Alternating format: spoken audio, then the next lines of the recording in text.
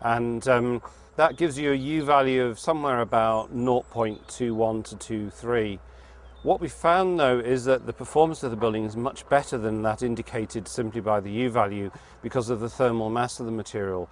So where the tests have been done on completed buildings, they've found that there's almost zero energy required within the building to keep it warm, and that whatever the temperature is doing outside, it stays exactly the same inside. So it actually has a very, very good thermal performance. It's also extremely good acoustically. It absorbs sound, and so it's very, very good if you want to reduce the noise in buildings.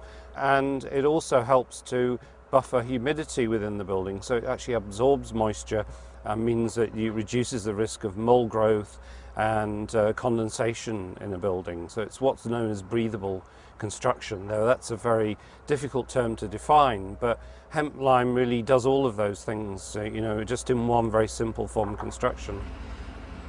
We've actually had to import the hemp from a producer and supplier in England. It is actually the waste crop of a hemp. It's a very valuable crop. So it's not the long fibres, it's the outer case chopped up, but fibres are very beneficial in any reinforcement. They have very good properties to bind together a construction.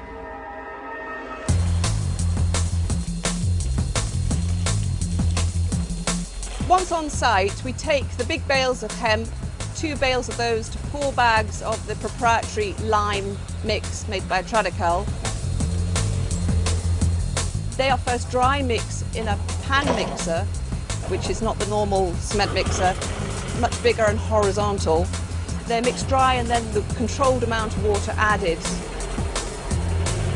And what we end up with is a dry, crumbly mix, similar to apple crumble topping, so it's not sloppy.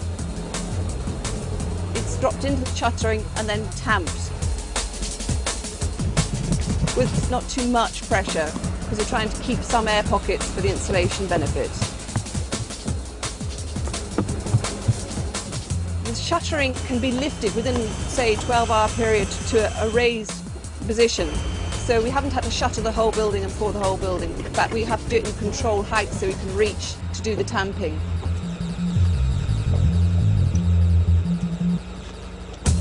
The shuttering comes off quite easily and you end up with quite a smooth surface, particularly if you've tamped quite carefully.